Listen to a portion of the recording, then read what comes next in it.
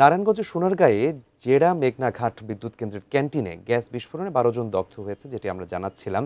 এ বিষয়ে বিস্তারিত জানাতে এই মুহূর্তে ঘটনাস্থলে রয়েছেন নারায়ণগঞ্জ প্রতিনিধি হাসান মজুমদার। বাবলু, আমরা সরাসরি যুক্ত হচ্ছি তার সঙ্গে। বাবলু, গ্যাস লিকেজে আসলে 12 জন দগ্ধ হয়েছেন, তাদেরকে জাতীয় বার্ন অ্যান্ড প্লাস্টিক ইনস্টিটিউটে নেওয়া হয়েছে এবং সেখানে তাদের চিকিৎসা চলছে। নারায়ণগঞ্জে ঠিক এই মুহূর্তে আপনি আমাদেরকে কি চিত্র দেখাবেন এবং সেখান থেকে যারা ফায়ার সার্ভিস বা উদ্ধারকর্মী রয়েছেন তারা আসলে সর্বশেষ কি তথ্য আপনাদেরকে জানিয়েছেন? বাবলু।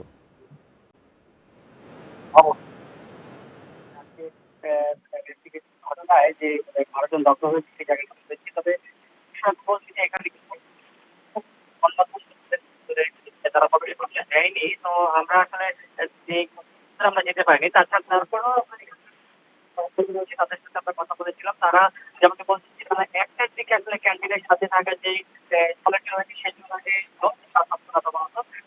সেই চুলাটি থেকে কিন্তু গ্যাস লাইট দিয়ে আগুন দেওয়ার সাথে সাথেই কিন্তু গ্যাস বিস্ফোরণের যে ঘটনাটি ঘটার পরেই কিন্তু আসলে অনেকেরই যে ১২ জন দগ্ধ হয়েছে তাদের অনেকেরই হাত, মুখ, পা পুড়ে গিয়েছে এবং ঝলসে গিয়েছে। শরীরের অনেকাংশ গিয়েছে।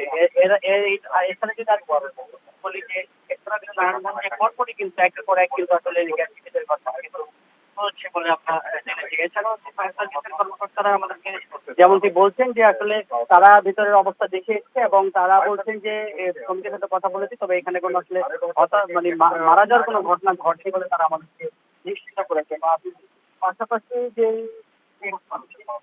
এছাড়াও এখানকার যারা কর্মকর্তা বৃন্দরা ছিল, যারা ভারপ্রাপ্ত নীতি কর্মকর্তা এবং থানা পুলিশ সহ যারা এসেছিলেন তারা